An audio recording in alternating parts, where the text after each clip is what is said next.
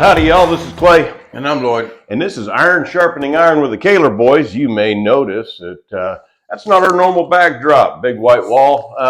We are coming to you live from an undisclosed bunker beneath the brick and steel of a nondescript building. You know, 87% of the people that Are you on? I'm on. All right. 87% of the people that say that are lying. We have a new studio, and it's a work in progress. So be patient with us. Eventually, it'll look a little different. It's because our sponsor's cheap. Yeah, yeah, darn Mudworks. Yeah. We're literally talking to you from a card table right now, but Hey, it's a good card table. it is a good card table. It's got foldable legs. That's right. It folds in the middle to be compact and store in there.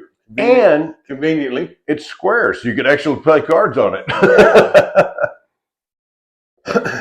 Well, good morning, Lloyd. Good morning, dude. Good morning. I got a scripture of the day that I want to deal with, and then we will dive into our program today. We covered this last night, and let me start with this. You know how I preach. Sunday morning, Wednesday evening. Wednesday evening is Bible study. Sunday morning. It's a little different on both of them. But But my methodology is the same. I start in chapter 1, verse 1 of a book of the Bible, and however many months it takes us, we go all the way through it, verse by verse, word by word. And I've had a lot of people ask me why I preach that way. Well, there's a number of reasons. Number one, obviously, it keeps me honest. It's hard to take something out of context when you're teaching in context. Yeah. All right. Number two, I'm not sitting here Thursday night going, oh man, what am I going to preach on Sunday? I already know. Right. I'm preaching the next few verses. Unless, of course, God gives me something different, special occasion. And that's happened. Many times. Number three. Just about time you think you have a plan. Yeah, everyone has a plan until they get punched in the face. Mike Tyson. Number three, I'm eventually going to hit every topic. I'm eventually going to preach on sex, marriage, money. Sure. Especially if you're starting, in the beginning of these chapters. Yeah. You're And when I do, people aren't going to be nearly as bent out of shape. Have you ever been to a church where the preacher just like every third Sunday is Money Sunday, and he's preaching about give till it hurts? Yeah. And you get you know what happens, right? Every third Sunday, he's preaching to empty pews. Yeah. I read a deal. Not to go off sidetrack, but we do that often. Sure. I read a deal the other day. We like rabbit. Where a guy he went to church rarely. Yeah. His wife was a faithful churchgoer. Yeah. She was there every Sunday, every Wednesday. She helped in the ladies' group, did Bible studies. She was a faithful churchgoer. And she'd get the husband to come now and again. Yeah. As long as it wasn't deer season. Yeah. There wasn't a really good football game. Right. All those excuses. Because the preacher tends to go a little long, and during football season, that's a problem for this old husband. So anyway, he goes this one Sunday. And he says himself that Sunday morning, he gets up and he tells his wife, he says, hey, I think I'm going to go to church with you this morning. She's like, really? He's like, yeah. He said, well, what brought this on? I don't know. Just thought I'd go. She's like, well, fantastic. She left it alone. Mm-hmm. Let God move. Smart. Leave it alone. So he goes to church, and in the middle of service, his phone rings. And he doesn't have it on silent. Yeah. And he goes, oh, good. He's trying. He gets fine. He gets it turned down, and he felt so stupid, and he felt so small. Yeah. And then after service, of course, right while it's ringing, the pastor's got to say something about him. And, sure. He brought up that, you're not here very often, I understand, and maybe you don't understand that we turn our phones down. Kind of, talk down to him a little bit. He gets out of the service, and in the sanctuary, several of the people had kind of said something to him. They were trying to be funny, but it wasn't very funny. Right. It was very negative experience. Sure. After church, he goes home. He's just not feeling good about this whole situation. And one of his buddies calls. He's like, what are you doing? He's like, oh, nothing, just hanging around. He said, hey, man. He said, let's go up here to the local Yeah. eatery here, and really a bar, Yeah. and watch football game. He said, "I'm on it, man. I'm on it. I'll be there in just a little bit." So he does. He goes, and he's having a couple beers with his friends, and Manny goes to get a pitcher of beer, and halfway from the bar back to the table, he trips, dumps the whole tray, spills the beer everywhere, breaks a couple glasses, and he's like, "Oh my God, what have I done?" Not only the bartender, but the waitress and some other people that he splashed a little beer on. Right. I got up and comforted him. Yeah. Let him know, man, it's okay. Things like this happen. Don't worry about it. Right. You just made a mistake. It's Yeah. not that big a deal. Throw all that out. Let's get you another. Yeah. Set you up and come on, sit down. Go sit down. Matter of fact, we'll bring it to you. And he's like, "Oh, well, that was outstanding." And he had a better experience at the bar than he did at church. Yeah. What that taught him is that he was treated better at that bar. More welcome, more forgiving, more understanding at the bar than he was at the house of God. And so every Sunday after that, you could find him at the bar watching the game. Yeah. Yeah. His wife and every Sunday after that, the preacher asked the wife, "Man, well, where's your husband this week?" Yeah. I guess he's where he felt welcome. Yeah. Yeah, sure enough. So, anyway. So, all of that to say this. I didn't pick this passage for any particular reason. It's talking about giving. Right. It just happens to be where we were at in the study. But it's such a good passage. And it's one that you will identify with because you have been there so many times. I've witnessed it in your life. You don't talk about it a lot, but I've seen it. He says, "But this I say, he who sows sparingly will reap sparingly." Yeah, you throw 50 cents in the offering tray, you can expect 50 cents worth of blessing. Yeah.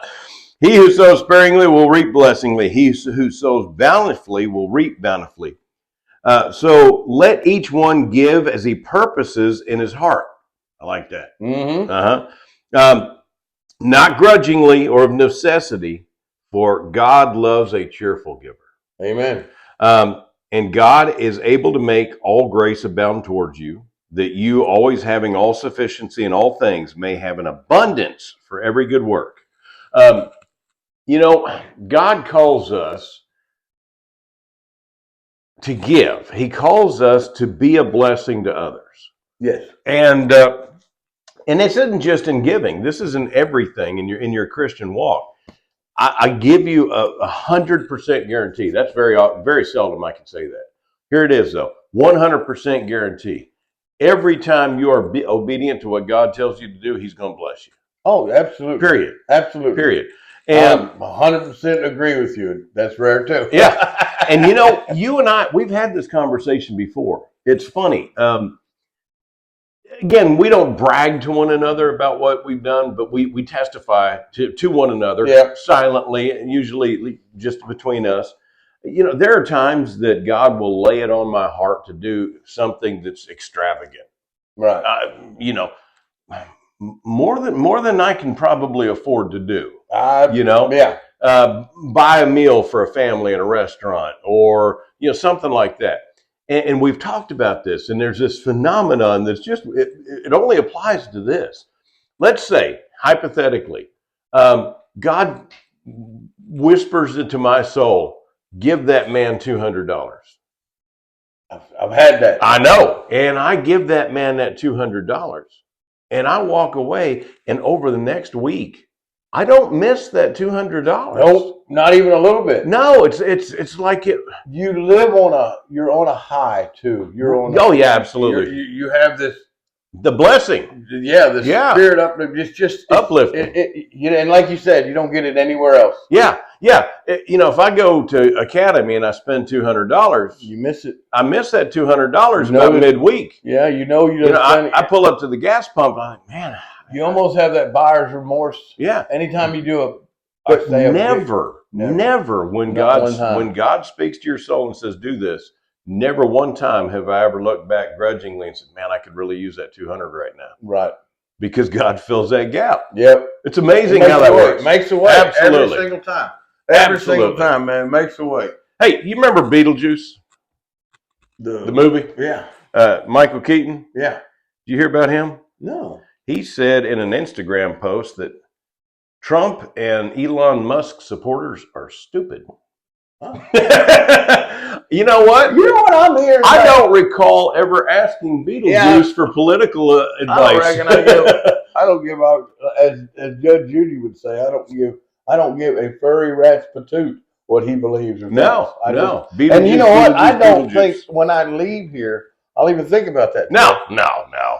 Have you heard about this business, speaking of Elon, that he's offering $1 million a day? $1 million in all of these little swing states. Yeah. And now they've opened up an investigation. The DOJ has sent him a letter, and it might be illegal. But George Soros, Tommy Harris, can offer only black men a forgivable loan, $1 million forgivable loan. Yeah. If she's elected. Oh, wait a minute. All while legalizing pot. Yeah. Do you know how much pot you could buy for $1 million? What you need, if you're trying to buy, I'm going to give you some sound financial advice. Oh, man. If you're trying to purchase $1 million worth of marijuana, what you need to do is buy you a grow room. Set you up a grow room, because that would be, you'd have to have a big area. Yeah. You'd have to have like some round bells. Well, you take about half of that. You take about half that million, and you build you a big old metal building. But keep in mind that one of the things that law enforcement looks for is a big spike in your electric bill. Yeah. And also, now I don't know how true. I mean, I'm sure it's 100% true, but I've also heard like they would fly over and use the infrared or the thermal technologies, like the FLIR, and a house that is glowing, and it's glowing only in certain areas, and so they can tell that that's not like the temperature of the house, that's only the temperature of that room, and then we're telltale signs. There's a lot of different telltale signs. The water bill increases greatly because a lot of that is hydroponic grown. And uses a water and electric, pretty good amounts of water, and traffic, of course. And when you have, because you've done sold a whole bunch of it, and you're redneck, and now you're mowing your grass in a stretch lawnmower. I want the lottery. There's going to be signs. With a Mercedes emblem on the front. You're towing your fifth wheel with your stretch Suburban, homemade stretch Suburban. Oh man. There'll be signs. There was this article, and Kahler Noir. He's the one that brought this up. I think I sent you the link. Was it him? No, it wasn't him. It was Buddy Brown. Yeah. Oh man, sitting on the 4-wheeler guy. This is funny stuff. I subscribed to his page when you. I thought I was. I like already. him. I thought I was already subscribed. I see him a lot. I like him, and I like him too. And he is an old redneck. Well, not old. He's young, but he's got that old spirit. He's an old soul. So I'm going to stick with that. He's an old redneck country singer. That's where he made his fame and fortunes. He was a country singer. Oh, was he? Yeah. See, he was from that generation. I didn't know it. You know, anybody after Waylon Jennings, I really don't know anything about. I heard some kid last night, and he said, you can't dislike country once you hear this kid's voice. And I'm not a huge country fan, but there are some. That I mean, Merle Haggard, Silver Wings comes on, you're singing along. There's several, and there's even some of the new ones. Oliver Anthony. I really like his voice. He's got an amazing, tremendous voice. It's so powerful. So anyway, I listened to this kid, and he played what he classified as metal country. Oh, see, that's awful. And they got that. They got tractor rap. Have you heard of that? No. I can do it. If it's anything like the metal country that I listened to for 20 seconds, then forget it. You kind of throw up a little bit in your mouth. It wasn't even a good metal. I'm an old metal head from way back. I mean, I've banged my head many times. That's the way that's the music I listen to and love. You have been banging your head longer than some of our viewers have been alive. And it wasn't even a good metal tune. It was the worst of both methods. Of both genres. That's awful. And it was just like, Oh man, somebody lied to you, young man. Yeah. Because he didn't sound good either. Mm-mm. I know that I don't have a good singing voice. No. In fact, and I know this. My wife, however, tells me that she loves my singing voice. And so she's the only one that ever hears it. right. By design. You know, my old line has always been, God heard me sing and he called me to preach. Yeah, buddy. What I lack in time, tempo, and talent, I make up for in volume. Yeah. And enthusiasm. I'm enthusiastic too. So anyway, let's get back to this Buddy Brown. There's this article, and he did a video on it, and this is hilarious. So have you ever heard of Reddit? Yes. Okay, Reddit. If you don't know, y'all that are watching, here's what I want you to picture in your mind. Picture the internet as a highway. Okay, Reddit is the sewer that runs underneath the highway. Oh, I was going to put it like he did. Yeah. Insane asylum. Yeah. The nut house. It is the insane asylum of the internet. Yeah. If we would stop access to Reddit to insane people, then Reddit, or stop internet access to insane people, Reddit would lose three-quarters of its subscribers. But anyways, that's what Reddit is. There was an article, or not an article, a board on Reddit, and so it's a message board kind of thing, and it is prominent witches from around the United States, and they're all belly aching because every spell and hex that they try and put on Donald Trump doesn't take effect because he is protected by something. Well, you know what, man? I don't put a lot of stock in witch talk. However, I do put a lot of stock in the unholy. Yeah. And yeah. The supernatural absolutely realm that we don't understand and we can't visually see. And there's evil that lives in there that these poor girls are possessed by. And when they're 100%, they think they're witches, and really and truly, maybe so. Maybe that is the correct term. But it's a demonic spirit. It is. Well, and it's just Wicca is a religion, and it's a satanic religion. You know what's just the last night just reminded me just off the top of my head. A commercial came on, and it was for Target. And you know what their advertisement is right now? Wicked, get wicked at Target. And it's like, I know it's Halloween, but that's not what that commercial portrayed. No, it didn't betray pumpkins, especially considering it's Target with it didn't betray pumpkins. Yeah, and jack-o'-lanterns and whatnot. Sheep ghosts. There was no black cats and sheep ghosts, or no kid in the plastic Superman mask. Remember those? Yeah. God, oh, somebody put up. There's a girl that does. She's like Gen X, and she does all these back in the day videos. Yeah.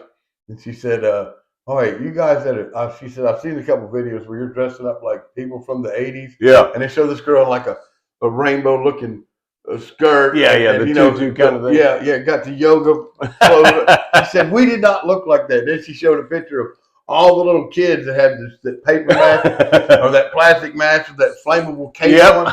Didn't have the name on it. You just had a picture of the superhero. Yep. And she said, everybody that grew up with me can smell this picture. I can smell that picture.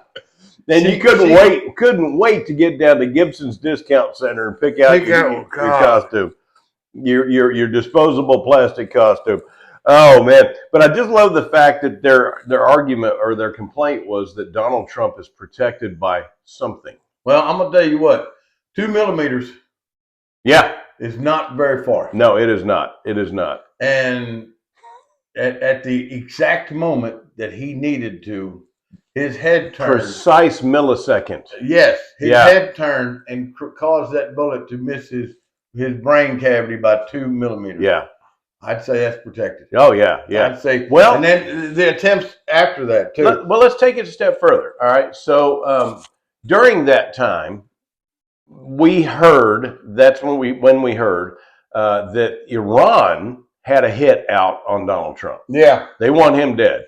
Well, in the last week or two, the federal government has confirmed that there are Iranian hit squads, plural, on American soil with the sole purpose of killing Donald Trump. Yep.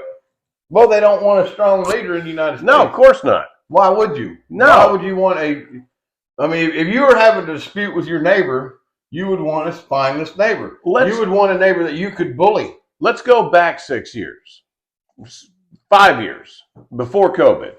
Let's go back and look at what America looked like in comparison to today.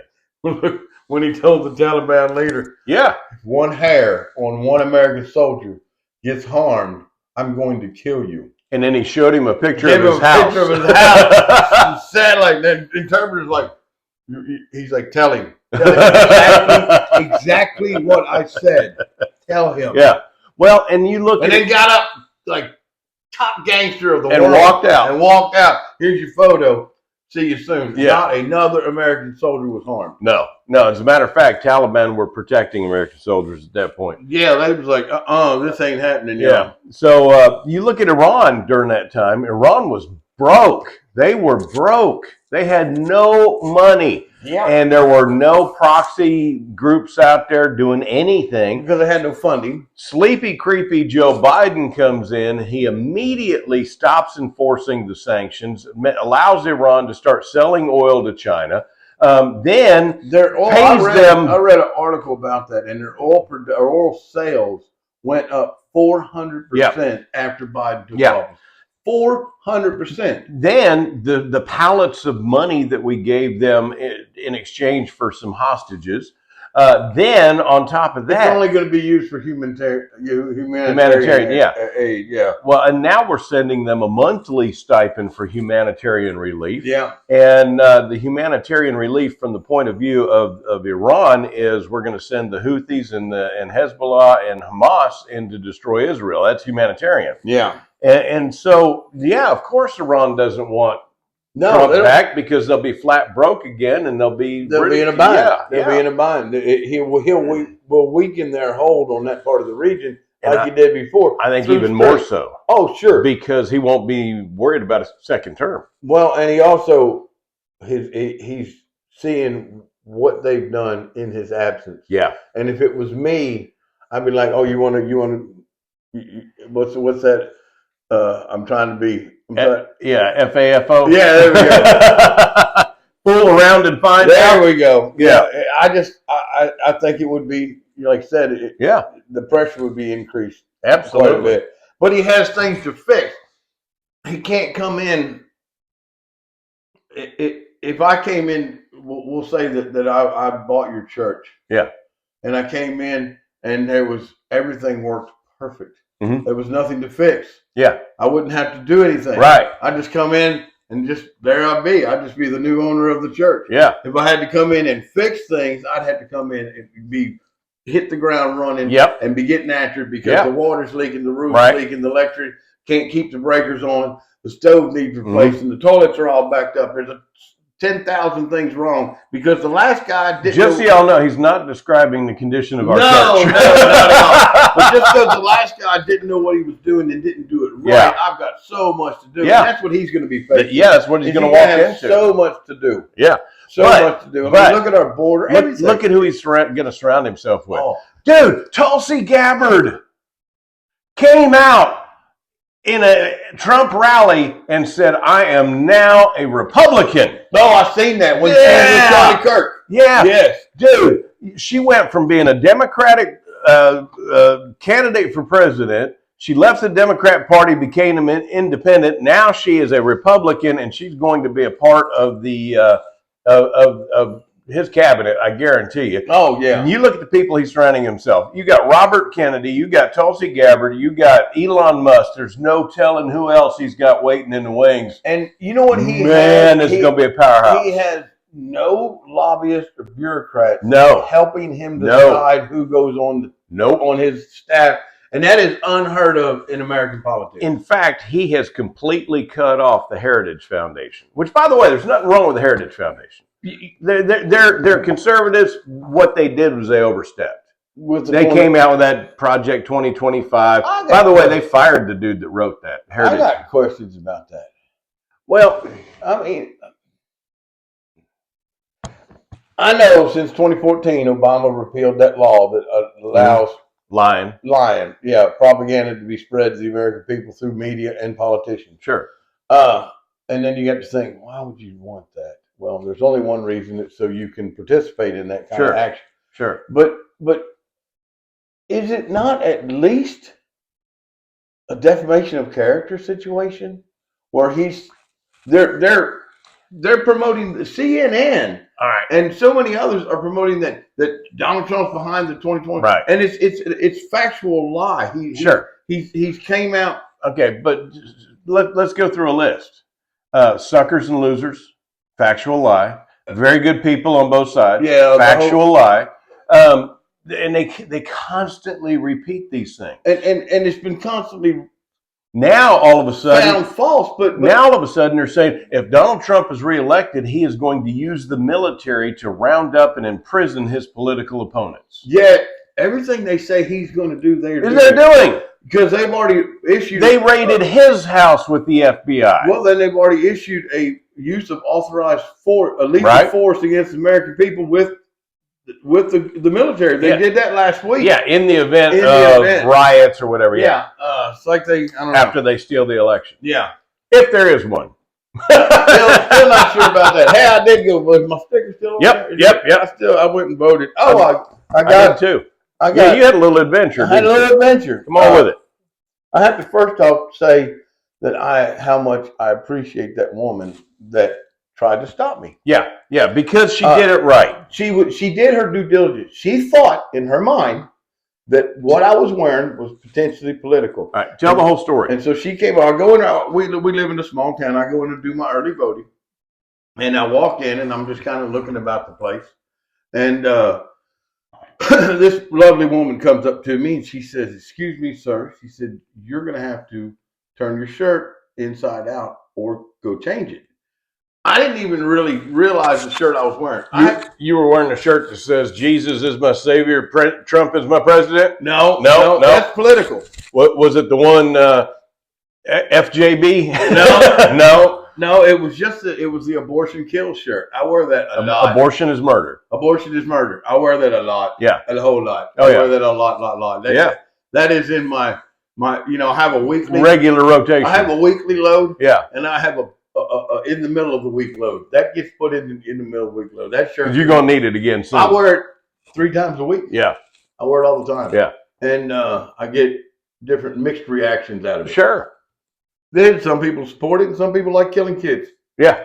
So there it is. But anyway, and I said, "Excuse me," and I wasn't hateful. Right. You don't have to be hateful. No, you don't. And she said, "Well, it's just your shirt." Well, that's when I did not realize that I'd wore that shirt to the polling station, and it very well could have been one of my Trump shirts. Sure. Because it's just a shirt I grabbed and threw on. I ran an errand that morning, and because I was already out, I had planned on voting that day, but it was going to be after Brandy got up and after I got her breakfast. Right. And then I was going to But you found yourself out and about. I was already out and about, so I'm going to swing by while she's still asleep. So anyway, she tells me that she's like, you can't wear that. And I said, why not?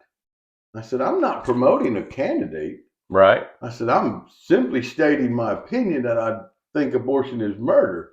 And I said, I think there's Democrats and Republicans that can think that. Yeah. I don't think there are that think it, but I think they could. You could. And she's like, you know what? Let me back up on you real quick. I bet you there are some. Stop and think about this. The vast majority of Catholics support the Democrat Party, but they stand against abortion. True enough. Some of them are in prison because of it. Right. And she said, well, hold on. And she called somebody. Yeah. And I could hear that other person because we were standing right next to each other. And I could hear that other person. It's very quiet, very few people in there. Get out and early vote. Yeah. It took the interaction with her took longer than it took me to vote. Yeah. I voted Monday.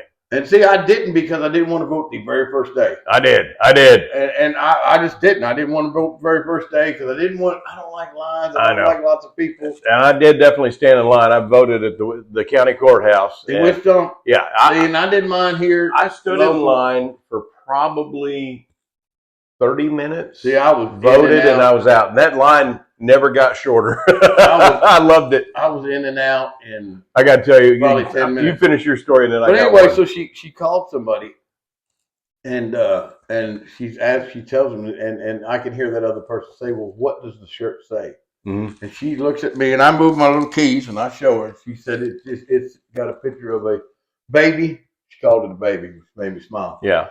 She didn't say a fetus. Right. But anyway, she clump of cells. It's got a picture of a baby seemingly in the womb, and it says abortion kills. No, abortion is murder. Abortion is murder. And your shirt, man. Get it right. And well, it's the same message. End result, you got a dead baby. Yeah. But so yeah, if you're for that, don't worry. End result's all the same. That's right. So anyway, that lady, she says, well, abortion is not on the ballot. There you go. And she said, okay, good enough. And she looked at me and she said, sir, I am very sorry. And she said, please go vote. Mm-hmm. And I said, not a problem. And I went and voted. And you even thanked her. I was going to say, I made a point that when I got done voting, and I was all through the whole thing and got through my process, and they gave me my little sticker, I went and found her. Yeah. And told her how much I appreciated her doing her due diligence. Right. Her being bold enough to walk up and say something to somebody. Yeah. And how much that I appreciate her. And that I wasn't there to try to cause trouble. And if it would have been in the rules that I couldn't have wore the abortion shirt in that place, I would have absolutely no problem going and swapping that out. Right. Either turning it inside out. Right. Or going home and change. We don't live in a great big area. It took me 2 minutes to make it home. Yeah. 2 minutes to come back. And but yeah, they try to give me a little hard time about my shirt, man. So I'm standing in line at the polling place. It was me and Scuba Steve. He walked over there with me. No, Scuba Steve. And we're standing there in line. And how's he doing? He's doing pretty good. He's doing pretty good. Good. Shout out to Scuba. That's right. So we're standing there in line, and he says, you know, it's funny. He says you could look around and probably pretty well guess who's voting for who. And I said, oh yeah. It's pretty easy. This woman comes out with, you know, rainbow colored glasses, and we're both like, yep, Harris. Turn around, and there is this pasty face, obese 20-something dude with a Garfunkel hairstyle standing behind us, wearing a long black shirt and a black skirt with a beard. That is not a Trump supporter. You know, there's something weird goes. Well, we all know there's something weird goes on in Hollywood.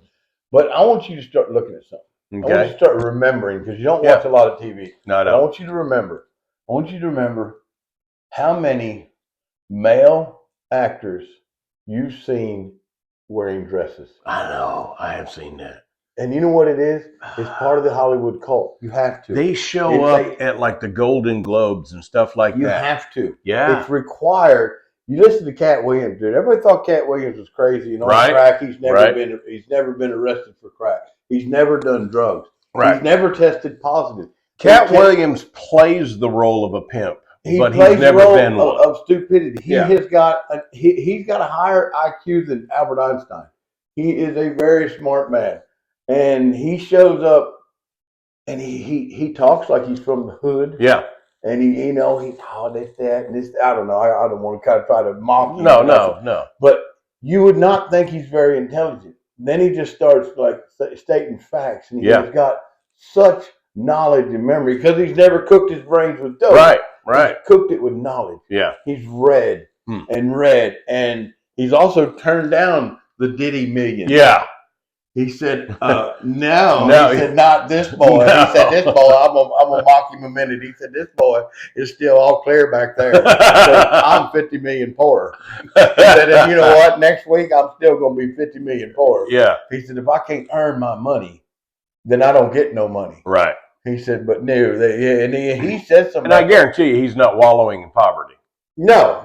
He does well, and he does very well. He's a very funny comedian. He is. With a huge following, but you look at his career, and they tried to kill him. And not physically, right. They tried to kill his career. Sure, and they wouldn't book him, and he got his HBO contract he got ejected from it. There were several things but he kept pushing forward with integrity. That's the key. And he didn't sell his soul, or anything else.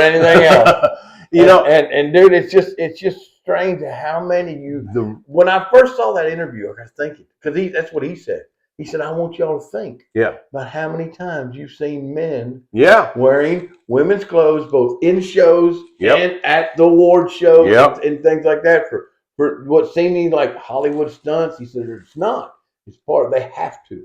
They're required to. It is part of that humiliation. Yeah. It's part of that evil cult. It's like being hazed. Yeah. It's part of that evil cult as well. And it's beyond that because they make you a sex object. Right.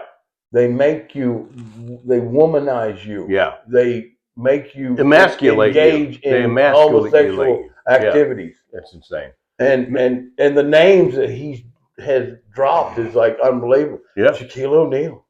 Oh, don't tell me that. Yeah. Will Smith. Will Smith. Yeah, I know about that. A whole bunch of them. A whole bunch of them. The list goes on and on and on. And he said, you can look at all their bank accounts and they all got $50 million. Yeah. He said, Mr. Williams did not get $50 million. And there's other rumors that are coming out now. Again, rumor. I don't know. I haven't been able to verify any of this. But one of the rumors is that Diddy was behind the Tupac murder. Oh, that's.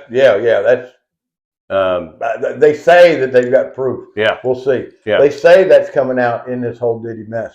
Yeah. Tupac and then the other guy, there was another Biggie Smalls. Biggie Smalls. Yeah. It's funny, I know the names of these rappers. I've never heard any of their music. I know. You keep up with the news. You hear it in the news cycle. And, it's just... but just weird, dude. Just so much weirdness, man. It's evil. There's so much evil in our society, in our government, demonic, in our entertainment industry, in academia. It's just evil. Hence you got a bunch of witches that are complaining about the fact they can't cast a hex on Donald Trump. Yeah, 1980 is when our education system changed. Yeah. Yeah. That's when it changed. Madeleine O'Hare taking prayer out of schools and everything else. Well, they started the Department of Education. Yep. Jimmy Carter signed it into law in 80. Yep. And everything changed. And you look at, dude, I'm telling you, one of the things that changed, and we were right in the middle of it, but we were too old to be affected by it, is when we were young, if you were the first one to cross the line, you got a first place trophy. If you were the second one to cross the line, you got a second place. A smaller second place trophy. The third guy got a ribbon. Got a ribbon or a third place trophy sometimes. Yep. After that, you got nothing. Zero. Now you got, the most flamboyant costume. Yeah. The best presented. And everybody gets a participation. And you all get participation. And if we do that another generation, we're in huge trouble. Sure. We're in huge trouble. Sure. We have to get back to that only the strong will survive attitude. Yeah. If you don't teach your kids that, they're not strong. Weak men. Hard times create weak men. Yep. Weak men create hard times. Yep. That's a summary. But hey, I got something else I want to talk about. All right. So let's go through a quick recent timeline. Okay. Israel. A few months ago, you and I sat across the table from each other on a podcast and marveled over the fact that the leader of Hamas went to Tehran, Iran, to celebrate the installation of the new president. Months prior to that, Israel had somehow convinced two of the guards at the guest house in Tehran to plant a bomb under a particular bed in a particular room because that's where he always stays when he goes to Tehran. Somehow they knew that. They planted the bomb months earlier. The day comes, this dude shows up, celebrates the new president in Iran. He goes to his room. Mossad agents are in the trees outside of the guest house watching his window. They wait for the light to go out. They wait exactly 10 minutes because they figured once the light goes out, he may piddle around a little bit, but 10 minutes he'll be in bed. They detonate the bomb, kill him and him alone, manage to escape Iran with the two guards that they had turned. And we were impressed. Moral of the story. Don't jack with Mossad. And don't be a creature of habit, man. Yeah. We were impressed. Yeah. Then Hezbollah told their people to quit carrying cell phones. Well, they're too easy to track. Because Israel could track them. Track them. You can hack them too. So they went old school. You can hack them and get like your ingoing, outgoing text messages. Oh, yeah. You some hacking applications you can actually hear. Listen to phone calls. You can actually hear some not though. Yeah. It's kind of iffy on that, but you can definitely easily track location and outgoing messages. Yep. They're easily tracked. So they went old school, and they got on Temu or Amazon or something and ordered a whole bunch of pagers. Well, it just so happens, Wish.com. Yeah, just so happens that the delivery company, the transportation company that delivers these pagers, was a front group from Mossad. And they diverted that shipment to Israel, implanted explosives in every one of those pagers, and then got them back into the shipping stream. Enhanced them. They enhanced them. They did. They sure did. They enhanced them. They enhanced their capabilities. They made them dual-purpose devices. See, some people are like, that's almost as bad as porch pirate. Yeah. But no, see, a porch pirate steals your stuff. They never give it back. And never give it back. Right. They give it back, and it was enhanced. That's right. And the funny thing is, it came out later. I don't know if we got a chance to talk about this, but a lot of the let me finish that part for someone that doesn't know. They get back into circulation, and on a certain day that had been pre-described, somebody in Mossad hit a button, and that button caused all of these pagers to beep. This is what we learned about later on. A lot of the damage was to the face and eyes because I'm reading the beep, paper. beep, beep, beep, and then they exploded. Who's calling me? What message is sent? Because you don't have to send a number. I lived on the pager. Oh, yeah. There were text pagers. Yeah, when I was, ours was the text pager, but there were certain numbers that he would put in. My boss, I worked for a roofer. Yeah. And it would give me instruction. Right. Because I wasn't always near a phone. Sure. I would have to leave the job sometimes and go 3, 4, 5 miles to find a payphone. Yeah. That's when we still had payphones. Yep. But yeah, he would send a message and I just read the message and I knew what he wanted. Yeah. I knew what to do, what his next instruction was. So yeah, some of them were just looking at the message. So there were hundreds of them that were killed by this, and thousands of them were injured. And it was... That was weird. What? Somebody called and it popped up on my iPad.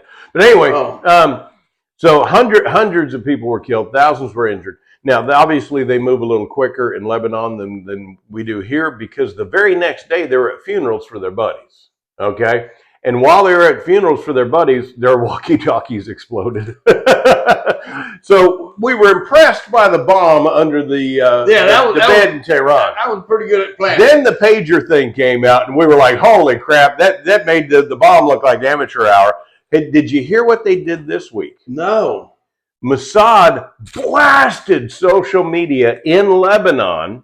You ready for this? To the Lebanese people, not to Hezbollah and all them, but the Lebanese people, telling them exactly which building and where in the building Hezbollah keeps all their gold. Millions and millions of U.S. dollars and millions of pounds of dollars worth of gold. I saw that. Can you I did see that. Imagine? That is hilarious. That is funny stuff, That's funny stuff, man. I can't imagine how many people have attempted to rob them. Yesterday, I can't imagine. Yesterday, Hezbollah installed a new leader, and Israel killed him. Well, that job is making a lot. The life expectancy of a Hezbollah leader is like about 30 seconds. Yeah, 35 seconds at top. Nowadays, in Lebanon, in the Hezbollah ranks, there used to be people were clamoring for that position. Now it's like, Lloyd, if you don't straighten out, we're going to put you in charge. Yeah.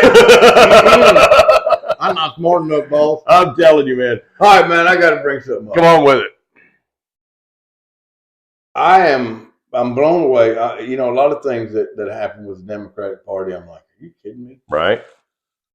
But at the rally when Kamala Harris announced that God was not allowed, that they were at the wrong place. Now, it turns out that the people that shouted it out were pro-life people. Yeah. And she was talking about abortion. Yeah. And so they shouted that out. I don't know their political affiliation. No.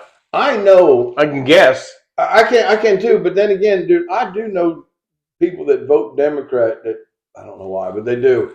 And they also are against abortion. Sure. And so you can be Democratic or be in the Democratic Party and be against abortions. Well, anyway, this kid hollers out, Jesus is Lord, Christ is King. Yep. And her answer, this is the part that gets me. Yeah.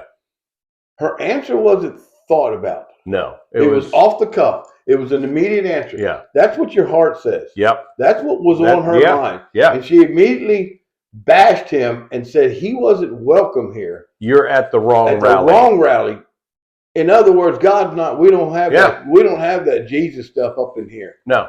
And one of the people that I truly love these people. They live in our little town, and they have such a hatred for Trump, and I really don't understand why. Right. It's the mainstream media. Yeah, that's exactly it. But they've been just. If all they're watching is the lamestream media, then they are. Then that's all they're getting. They are, and they typically vote Democrat anyway. And which I don't hate them for that. I mean, whatever. That's what our country's about. But anyway, I sent that because the lady in this relationship, she's a believer. She's a God-fearing believer, and surely this would be like I really was. Yeah. I wasn't trying to send it to her like a dig. No, I was like, you got to explain this to me. Was my message to her? Yeah. You got to explain how this is okay. Yeah. And she said, her response was, that's fake news. It didn't happen. Somebody yelled, that's a bunch of lies. And so I sent her the second video that accompanies that. That is like there's somebody 3 or 4 foot from the guy that's yelling it out. And you hear her in the background responding. Everything. Christ is King, Jesus is Lord. I sent that to her. And her response to that was, I don't want to see those type of videos. Yeah. Don't you dare interject truth into my delusion. Where have we gone as a country that we can't?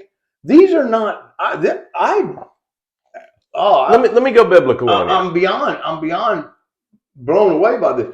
I've known these people, Clay, forever, for as long. I grew up with them. Let me go biblical. I went to school with them. I helped raise kids with them. Yeah, their children were at my house. My children were at their house. When Brandy was sick, they came and sit and prayed with us. I can't. It just blows me out, dude. It blows me out. As much as you support Trump, if it came out tomorrow that he was involved in some kind of evil, whatever, he stomps kittens to death with his golf cleats. Okay, are they stray cats? No, I'm just kidding. I'm just kidding. Interject humor when I get uncomfortable. Right. But my support for him would stop. It'd have to. It'd have to. Yeah. I can't support you as a person being like, I just can't. Yeah. And if he would openly say that, you Christians and Godfather followers are not welcome here. Right. I would say, okay, and pick my stuff up and move on. Yeah, exactly. I would have been voting for an independent. And what's green? That's the environmental party. I don't even know who's running in that party. I don't either. Usually, it used to be Ralph Nader. But it's his name. I don't think he's even alive anymore. I don't know. And I was like, green. Okay, who is it? I don't know. Yeah. Let me get biblical on this. Yeah, get biblical. Because there is an example of this in Scripture, and it wound up giving this guy a negative moniker for all of history. Okay. Doubting Thomas. All right. I mean, we even use that in our vernacular when somebody is suspicious or skeptical about something. We'll just say, "Oh, you're just a doubting Thomas." Right. It was after the death, burial, and resurrection of Jesus, and all of the disciples. There were 11 remaining disciples. Judas went and did his thing. Yeah.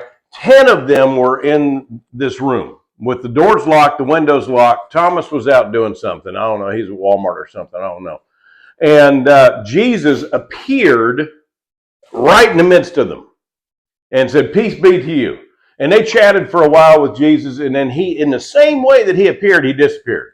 Well, about that time, Thomas comes back. He's got his arms loaded down with Walmart sacks. They let him in, and they're like, Thomas, dude, you will never believe who was just here. And Thomas said, "Who?" And they said, "Jesus." And Thomas said something, and it's very specific. The wording of Scripture is very intentional. Right. Thomas said, "Until I see the scars in his hand, touch the scars in his hand, scars in his side, I will not believe." He didn't say, I do not believe, I cannot believe. He said, I will not believe. Okay. That was intentional. Okay. Here's my favorite part of the story. 8 days later, Jesus let this dude stew in his disbelief for 8 days. And again, all the disciples were in that same room, Thomas with them, and Jesus appeared. And Jesus looked at Thomas and said, don't be unbelieving, but be believing. Right. And then Thomas said one of the most profound things in all of the Gospels. Literally from the Greek, this is what Thomas said to Jesus. He said, you are the Lord of me and the God of me.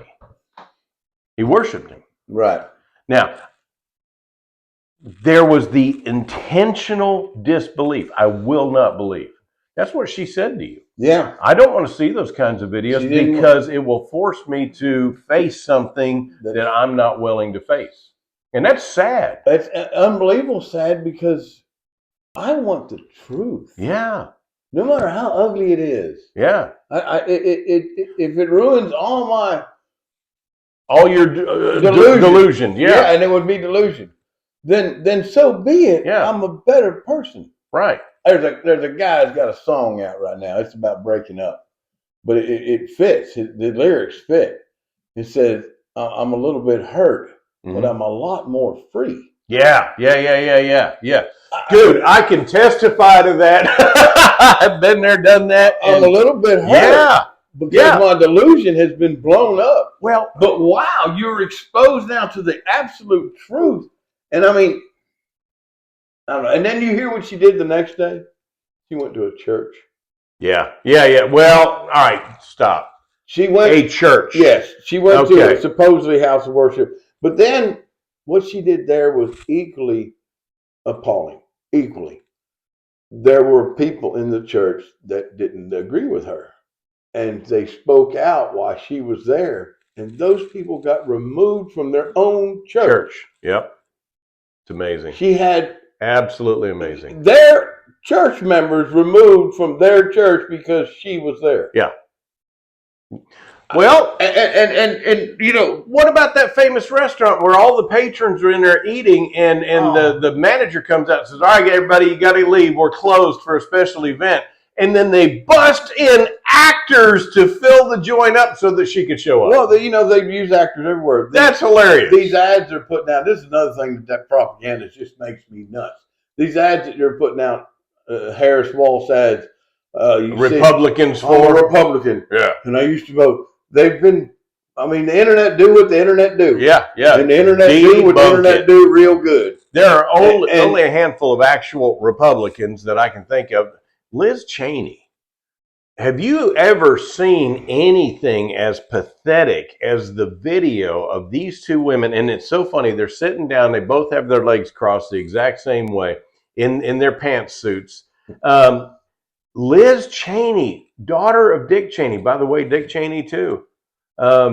Supporting her. Dude, it's the money. It's the uniparty. It's the money. They don't want the gravy train to stop. It is corporate politics at play, and this dude refuses to play along. That's it. He's not going to be bought. You can't offer him, dude, I'll give you the inside on the stocks. Right. None of that. Yeah. You're not going to have a lobbyist or bureaucrat come over and they look, President, if you'll let this go on, you can come out, looking good. Which is why they're trying to kill him. Oh, yeah. Because that's all they can do. That's all they can do. They can't convert him. They can't change him. What is our federal government going to look like when Elon Musk is done trimming the fat? Look what he did to Twitter. I know it. Before he renamed it X, it was 85% of the employees he ran off. I hear everywhere between 75 and 85%. Either way, it's significant. I read a tweet from him that said that the company runs better on the 15% that's left than it did with 100% of the fat that it was containing. Well, do you remember some of the news stories about working at Twitter? There were these females, and males, I presume, that had TikTok channels talking about their day at work. And I went to the spa this morning, and now I'm over at the juice bar, and they had a whole now bunch I've got a meeting to go to. FBI and CIA people in there that were censoring speech. Yeah. And they were all on the payroll. But you think about it, you go in for an 8-hour day, and your day is taken up with, I spent time in the meditation room, I went to the day spa, I went to the juice bar, went to lunch. I don't know. Many hours of actual work were being done? None, or very little. but that's why you had to have such a workforce. Yeah. If I have let's say I've got 100 men on my, or we'll say people, because I don't think, well, why can't you hire women? Because I'm in the construction industry. And they don't do well unless you got them holding a sign. That's just the way it is. I don't even care. Well, they don't. Well, there goes 3 of our 32 subscribers. I'm just kidding. But you're not sorry. But if you had 100 people of 100 in your crew, yeah, and it took 100 of those people to do the job at hand each and every day, right? Because those people were putting in an 8-hour day, yeah, and they were working for 8 hours, right? Taking the breaks like they're supposed to, and then all of a sudden you change bosses, and this boss is like, well, you know what, man. I'm going to let you have the meditation room, and time in the morning for your little workout. We're going to put in a juice bar. We're going to do this and all these other things. You'd have to have a crew of 1,000 to get the job done, or at least double your crew, because all the hours, that 8 hours they were working, part of that day is now taken up with all this other nonsense. Yeah, and besides the nonsense taking up too much of the day, it also eats up more of my payroll. Yeah, because I had to hire a whole lot more. Which means your prices had to go up to get the same amount of job done, and it's just bad all around. And he went in there and just trimmed. Yeah, fat. I've been in on crews that's been done. Mm-hmm. When Donnie Bates went to work for the concrete company, he went to work for ABC, and he had worked there a week and a half, and he calls me up. And I'm painting houses. I got more houses that I can't keep up. I'm working for myself. Yeah. And I cannot keep up. I've got people 6 months out. Oh, wow. I can't keep up. I mean, I'm just flooded with work. Praise God. Yeah. That was right after Brandy's first stroke, and I needed to have that type of employment where I could be my own boss. Yeah. I could not be on your timesheet. Yeah. You can't be 9 to 5 somewhere and not available to her. I went every morning and got her up out of bed and got her dressed and brushed her teeth and fed her breakfast and got her day started. Then I'd go to work. Yeah. Then I'd come back at lunch, feed her lunch, and then I'd go to work. Right. I'd come back and feed her dinner, and then I'd go to work. Yeah. And I'd work 8 hours. It would just take me 12 or 14 hours to do it. Right. But, I lost my train of thought. Donnie Bates came into ABC Ready Mix. Yeah, he come into ABC, and he called me about a week and a half, and he's like, dude, I need you to come to work.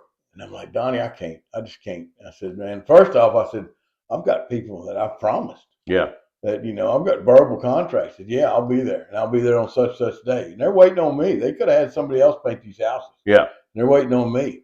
And I said, I can't. I'm going to still live here. Yeah. I'm going to still live in this town. Yeah. And I've done that kind of work my whole life. Yeah. Been, dependable. I did what I said I was going to do. Yeah. Imagine that. Weird concept today. Anyway, so he said, come talk to me. Just come talk to me. And I knew that, I'm like, all right, look, dude. So I set up a time where I'm going to go eat lunch with him. And he visited, and he's like, man, he said, I need help there that I can trust. Mm-hmm. He said, that place is just milking. Larry's a super nice guy. Yeah, he is. And they were milking him dry. Just milking him, lying to him and literally stealing from him. And he was like, he said, I need your help. Well, I'm not a truck driver. Right. I don't have a CDL. Right.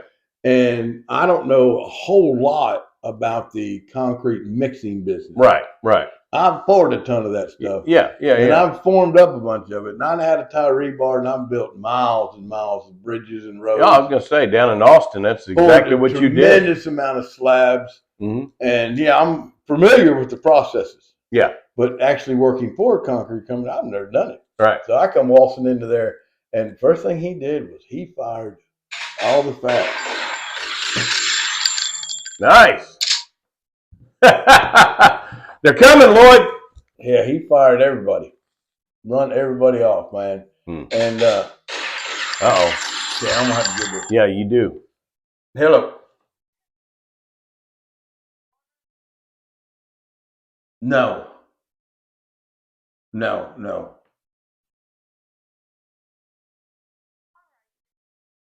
Okay. Bye-bye. Yeah, that second call makes you think it's an emergency. Yeah. That's funny. And it was funny. That's what happens when you do live TV. Yeah. she was wondering when Mom was going back to water aerobics. Oh my gosh, isn't that cute? Yeah. Anyway, but yeah, I've been in that hole where you run off a big part of it. Yeah. And man, at first the owner of the concrete place, he was like, "Oh wow, oh no, What have I done? Yeah. What have I done?" But we ran so much more efficient with half of the work. And he was making more money. Oh yeah, payroll got cut in half. Yeah. The insurance got cut in half. Mm-hmm. All of your liabilities got cut in half. Right. And the guys that worked, they already knew that they needed to work. Or they were going to be on the chopping block because they didn't watch half the crew get run off. And so you got a whole new attitude on the people that are at the job now. When I got hired at my previous position, I did very much the same thing. And you had to. And I'll tell you, there was one of the employees there that absolutely hated me until he saw the results. Right. He came into my office one day and he sat down and he started crying. And I said, "What's going on, man?" And he said, "I have to make a confession to you." And I said, "What's that?" He said, "When you first got here, I hated you." And I said, "Okay." And he said, "You ran my friends off." And he went through you put these rules in place. You made all these changes. And he said, "I hated you for it." And he says, "And I'm asking for your forgiveness. This place has never run better." And the only rule it's painful. The only change that Donnie put in that I was like, "Are you serious?" is, man, he had us wear a uniform. Yeah. Oh, and I hated them. Oh yeah. They were the most uncomfortable shirt you could imagine. Right. And when you got them back we had to have the uniform service. Yeah. And you got them back from the uniform service, you could flip them across the because their start's so heavy. Frisbee, yes. I would throw them in the back of the truck and let the wind beat them to death on the way home, so they were almost pliable. Yeah. All right, man. Give us your tagline. Are we already there? We are, man. We are, sadly. So, what do you think of the new studio? I like it. I do too. I think once we. I do want to bring something up, though, man. All right. Have you? And this is one of them tinfoil hat things. Okay. Have you noticed there has been several Democratic leaders, mayors, chief of polices, things like that have been indicted lately? I have. I want you to go and do a little bit of research. Y'all too. I want you to go back and look in the past 3 or 4 months before they actually got in trouble with the legal trouble with the Department of Justice. And all of the people that have been indicted. Yep, I know where you're going. They've been indicted and they're now facing criminal charges. I know where you're going. They all spoke out against the agenda that was going on with the Democratic Party. Yep. Whether it be vaccines or migrants. That's usually Mayor Adams yes called out the Biden administration specifically about the influx of illegals in New York City, and now all of a sudden he's indicted. He is under the thumb. Yeah. The Baltimore chief of police said something about the migrant crime rate. Yep. And how it's got out of control, and it's because of Biden-Harris open border policy. Yep. He's being indicted. There's about 6 of them. You are not allowed, as a Democrat, to voice an opinion that goes against the agenda of the leadership. Period. And if you do, you're going to be paid. You're going to pay for it. Who's going to ruin democracy? Right. Who's going to be a dictator? Who's going to use the DOJ against their the DOJ? Yeah. It's everything they say you're going to do, they're doing. The man who has multiple cases against him right now. And by the way, man, these convictions in New York are good. They're falling apart. I just heard. I love it. I love it. Willis, they ruled that somebody was trying to sue her over all this, and they said they couldn't. And now the appeals court said that she could be sued. So now she's going to get drugged. There we go. And yeah, I love it. I love all the stuff. And you know what's going to happen? The truth is rising to the top. You know what's going to happen when they haul Fannie Willis in, and whether it's a lawsuit or a criminal or anything else, the star witness against her is going to be Nathan Wade. I guarantee. Oh yeah, guarantee it. Yep. That boyfriend of hers is going to jump up. Let me tell you about. You ain't kidding, boy. They're going to jump ship. But it's just bizarre how. And I didn't notice the trend. It's somebody smarter than me noticed that trend, it's and they put it all in the totalitarianism. video. And they went timeline wise. Yeah. In this video, this is what they said. This is when they said it, and then this is what happened. A month or two later, yeah, they're being investigated. A month later, they're indicted. Yep. And it's like, wow, y'all are absolutely, what do they call that? Eating your own? Yeah. Give us your tagline. All right, I'm gonna take time to be kind. Amen. It's just, man, I say it every week. It doesn't cost anything. It doesn't take much time out of your day. Right. And, take time. I try to kind of point out an example, and I'm not tooting my own horn, but, my encounter with the lady at the voting place. Yeah. Yeah, you could have been a real absolute jerk over that. Mind your business, lady. Right. This doesn't say anything political. Right. Just because you're like killing kids doesn't mean I could have went on and on. Yeah. I could have made a spectacle. But and then after it was over, she stepped back in where she was standing, monitoring that door. I guess that's her job. Mm-hmm. And she's also, by the way, she's a volunteer. Yeah. Let's throw that out there. Right. She's up there on her free time. Yeah. So, giving her time. She's not paid by taxpayer dollars. But anyway, I made a point to go and talk to her afterwards. Yeah, and thank her. And make sure that we left on a very good note with one another. Yeah. And I don't know how she votes, and I don't care. No. I know she's an American. Yeah. Imagine that. That's enough. Yeah. She's an American. She's trying to do her job, and she's trying to do her job to the best she can. And I appreciated her. Right. And I wanted to make sure to say that. And, and it took me 2 minutes to go over and talk to her. Yeah. And I could have just walked on out the door. Could have walked out the door and, I don't know, said something obscene. Right. But it takes just as much effort to be nice. Yeah. And she didn't do anything wrong. And you think about it. Other than try to push, she didn't try to put her hand on me. Yeah. Oh, I see that on the videos. You touched me. Because the first thing she did was try to guide you off to the side. Guide me off to the side, and I'm like, I just kind of leaned back from her. I'm like, well, what are we doing here? I don't like to be pushed on. Right. But everything else was just unbelievably professional. Yeah. And take time. Take time to say something. You see something, say something. There you go. It doesn't have to be hateful. You see something that somebody's doing. You see some girl or some guy in the drive-thru, and they're doing an outstanding job. Yeah. Oh, say something to them. Absolutely. Say, man, hey, I noticed, we got a boy here at one of our local little stores, and he does he runs all your food out. Yeah. And he's on the spectrum. Yeah. He's on the spectrum, but he works so hard. Mm-hmm. So hard. And I make sure that every time he brings my food out, because I frequent that place often, I make sure that I tell him what an outstanding job that he's doing. And the glow, the smile on his face, man, is just somebody has acknowledged his hard work. That's right. So yeah, take time. Take there a minute. Just say something to somebody. Just smiling at somebody. Absolutely. Waving at somebody. Well, folks, it's been a pleasure as always to be with you guys. Like, comment, subscribe, share, all those things. Clickety clack, as you say. Yeah. Hit a clack hit them from the bottom up. There you go. Like I heard somebody say that the other day. It sounded cool. I don't know what it means. I know that the studio's looking a little sparse right now. It's because we're in the middle of transition, but Lord willing, by the time we are back next week, it'll look a little bit better. I'm glad when you get fresh air pumped into this bunker because, man, are you getting lightheaded? I'm getting lightheaded. We're running out of oxygen. The parakeet's already died, and the candle is going out. God bless you guys. Lord willing, as always, we will see you next Thursday. It's been a pleasure being with y'all, and I hope vote early. Vote early. Just don't stop us yet. I heard it's one of them rumor things. Yep. But I heard to please vote early because there is a plan. There's a plot. There's a plot to keep you out of the polls on the 5th. Yep.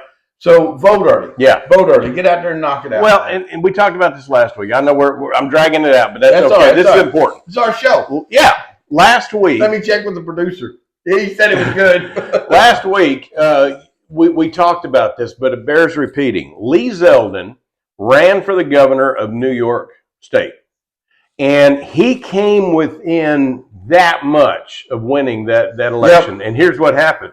A freak snowstorm hit on election day. Yeah. And people in Queens and some of those boroughs were not able to get out and get to the polling place. Couldn't make it. Now, I'm not going to say that North Central Texas is going to have a freak snowstorm on November the 4th, but we don't know. We don't know what could happen. And if you have the opportunity to go and vote now, do it. Do it. Bank your vote. Do it, and it's behind you. Yeah. It's done. I don't have to worry about it. I got my sticker. That's right. I don't have to worry about whether I'm going to go cast my vote or not. And when you vote, and they print that little out, look at it. Check it. Yep. Yep. Don't take for granted that everything is hunky. That's right. All right, y'all. God bless you. Have a wonderful rest of your week, and we will see you next Thursday, Lord willing.